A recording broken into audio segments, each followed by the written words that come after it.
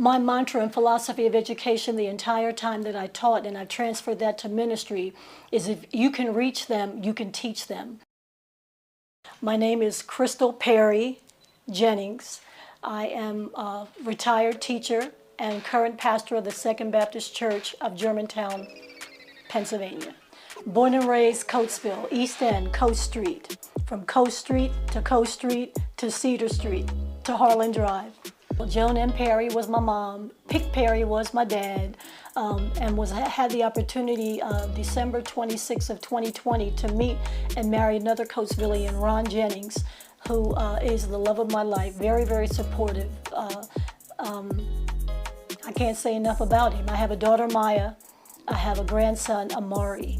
I have a brother, Mickey in Ohio, and David, GB in Coatesville. I was the first one in my family to graduate from high school and the first one to go to college. So I went to Eastern University in St. David's on the main line. It was a Christian college, and even though I loved it, it was also the first place where I went that I realized that Christians could be racist. I wanted to be a lawyer. I I always loved arguing and debating and all the law stories and the law books. But then when I went to college, I got tired of school.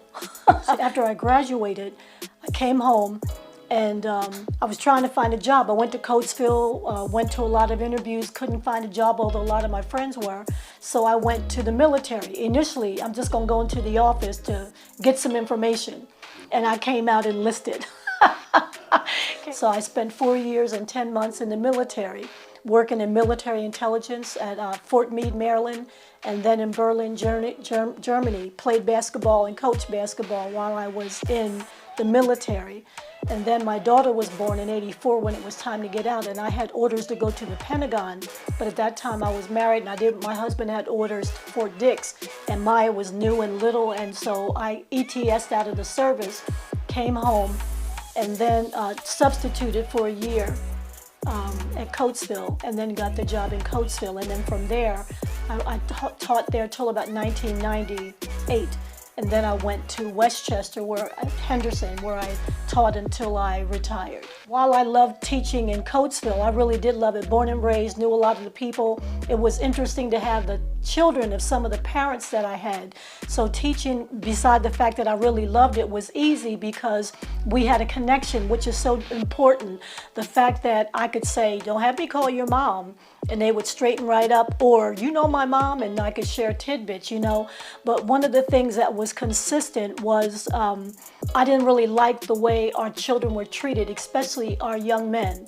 Some of the brothers were out there not doing the right thing, and I'm not justifying it, but some of them came from lives that were so poor they did what they could do. And rather than people finding out who they were, what their history is, you know, they slammed them. And then some of the people, black and white, but especially some of the black teachers, not all of them, and some of the black administrators who you would think would have their back, were kind of doing the Will Smith thing, the kind where they talk about, oh, y'all making all the black people look bad. And so I find that when you are an advocate, you have to be ready to fight. And I didn't always fight well. You know what I mean? It was like the earrings came off, I'm yelling and screaming. And so going from Coatesville to Westchester, part of my transitioning was I was probably going to get fired. And then it was just time to do something different, but I wasn't ready to quit. And it was very hard because they were like my family. I still see them to this day, and they'll be like, Miss Johnson, what's going on? And you know, we still had that connection.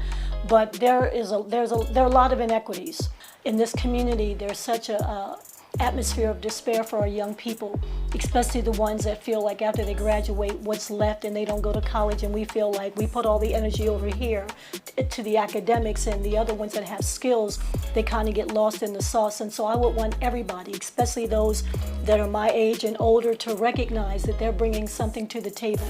When Paul told Titus, the older women teach the younger women, for example, we should take that seriously because there's so much, especially a lot of the mistakes that we've made.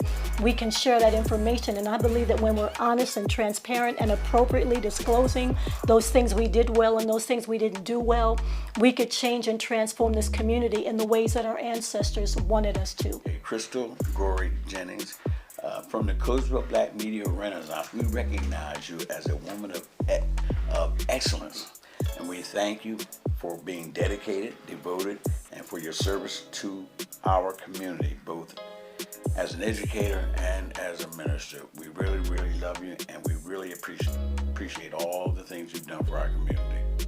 Thank you so much. An honor and a pleasure. Thank you. Oh, for me stumbling all over my words, Mary.